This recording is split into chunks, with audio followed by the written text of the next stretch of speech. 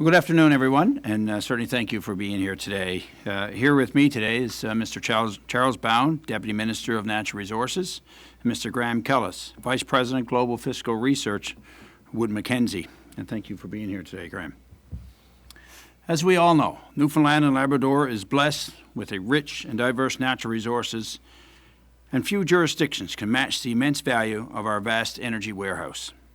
We are being recognized globally as an oil and gas jurisdiction with world-class resources. And it is about capturing the value of our energy resources that I wish to speak about today.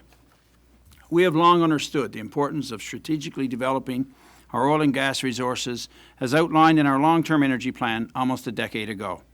At that time, we said that the keys to advancing our oil and gas sector were to encourage additional exploration activity and to manage the development of these resources so that investors can earn a fair return while the province maximizes the benefits it receives from these resources. That remains our foundation today.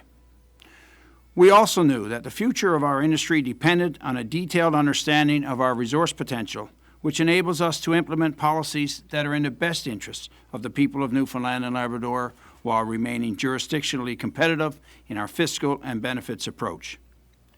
This knowledge allows us to provide industry with value that encourages continued investment in offshore. We provided them with quality data regarding our offshore. We have provided access to lands that are available for exploration and development. We have developed competitive fiscal regimes, and we have a competitive and capable local supply and service industry. Since the release of our energy plan, our government has achieved many significant milestones with respect to oil and gas policy commitments. We implemented a new land tenure system. With the new regime, transparency and predictability are ensured for companies interested in doing business in our offshore industry. Exploration companies now have additional time to evaluate petroleum prospects, conduct geoscientific work, and prepare for the call for bids process. We approved environmental liability and occupational health and safety legislative amendments, which now mirror federal legislation, ensuring the health and safety of offshore workers and our environment is protected. We negotiated agreements for the White Rose expansion, Hebron, and Hibernia South projects, including equity participation through Nalcor. We have much prospectivity with our new seismic data, and most recently we announced the results of a resource assessment which identified 12 billion barrels of oil and 113 trillion cubic feet of gas potential for the area, covering the 11 parcels currently on offer in the Flemish Pass, which represents less than 2% of our entire offshore. We have a new understanding of our vast resource potential. We have proven world-class exploration and development success. All of these milestones have led up to the development of an enhanced offshore oil royalty regime, which I am here to announce today. In saying that, I would like to acknowledge the important work of Wood Mackenzie, an international oil and gas consulting firm with significant expertise in world petroleum fiscal systems. The company has been engaged with the provincial government since early 2014, assisting with the development of the new regime, which included a global review and competitiveness analysis against other royalty and fiscal regimes. Ladies and gentlemen, the goal of this new royalty regime is to maximize revenues from offshore oil development while being internationally competitive. The new framework is enhanced, it is transparent, simplified, and predictable. Establishing this new royalty regime is imperative as we continue the process of building for the long-term future of Newfoundland and Labrador's offshore industry. Our existing royalty system had been designed for an earlier era in our development history. We now have to look to our future and position ourselves to capture that opportunity. In simple terms, royalty rates will increase as fields become more profitable, and the highest royalty rate will be payable by oil fields that have returned $3 to the producer's $1 spent. Our new regime preserves our international jurisdictional competitiveness, providing fair downside risk protection for industry while enhancing our share of profitable projects. The regime is built around the R, or return factor, which is a ratio of project revenue over cost and accounts for variables that affect project economies such as sales revenue, pre-development and development costs, transportation costs, and historical royalties paid. It is grounded in the principle of profitability and is flexible to apply to all types of projects in our offshore. The enhanced regime is good for Newfoundland and Labrador. Just like our equity participation, it provides fiscal certainty to industry. It also provides progressive sharing of revenues from resource development between the province and the investor. The provincial government will continue to secure benefits for all projects. Benefits agreements, which will be negotiated for individual projects, will be in the best interest of Newfoundlanders and Labradorians.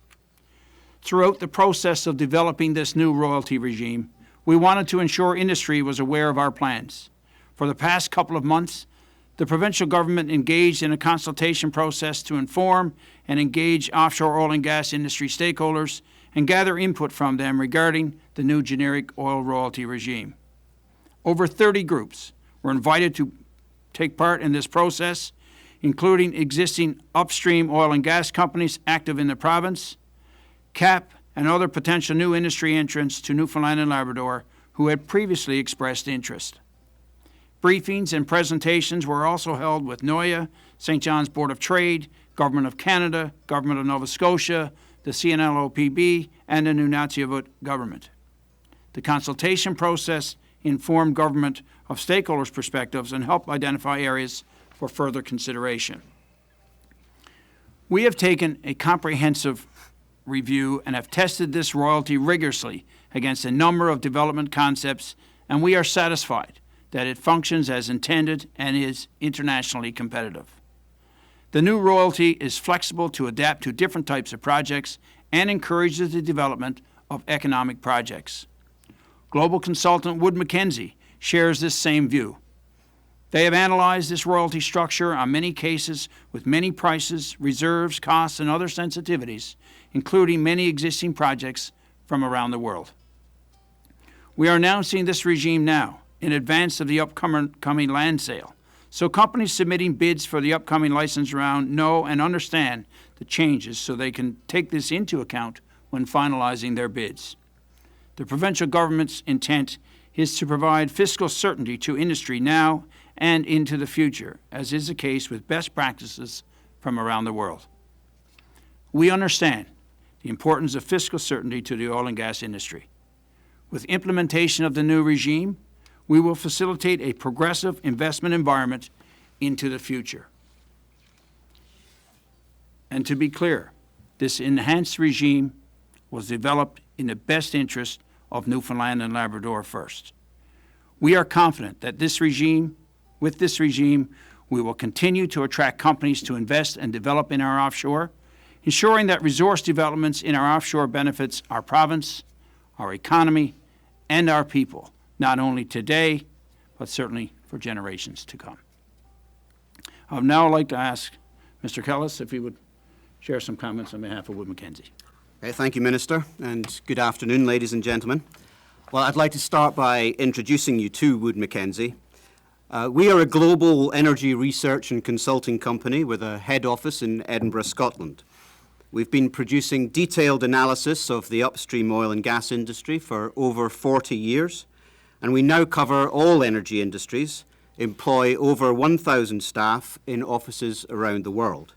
In March 2015, we became a member of the Verisk Analytics Group, which is headquartered in the US.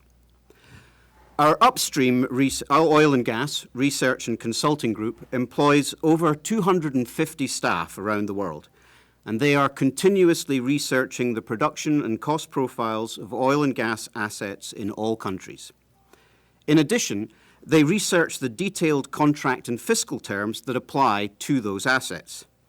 This research is then converted by a team of 20 petroleum economists into computerized fiscal models, which we package together in our Global Economic Model, or GEM, software.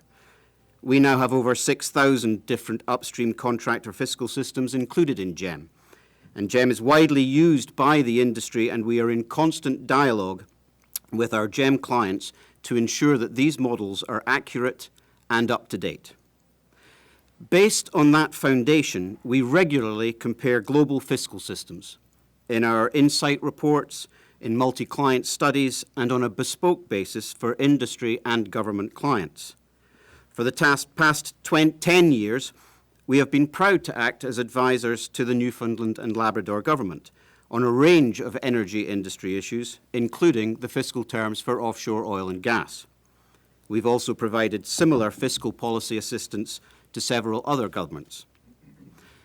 As part of our engagement with the Department of Natural Resources, we've been working with its staff on the review of royalty terms for future offshore oil developments. The stated objectives of the government were to define a royalty regime which is transparent, profit-based, progressive, and competitive. Driven by those objectives, our work examined the impact of a large number of possible royalty options on the economics of a vast array of possible future outcomes from exploration activity in terms of discovery size, development costs, and future oil price assumptions. We also examined the current fiscal systems in jurisdictions that might be regarded as competitors for investment in offshore Newfoundland and Labrador to establish that the new royalty terms are appropriate for a jurisdiction that has a number of large commercial oil developments and significant potential for future success. We believe that our independent perspective and our ability to provide an in-depth analysis of global fiscal systems has supported the government in achieving its objectives with this new royalty regime.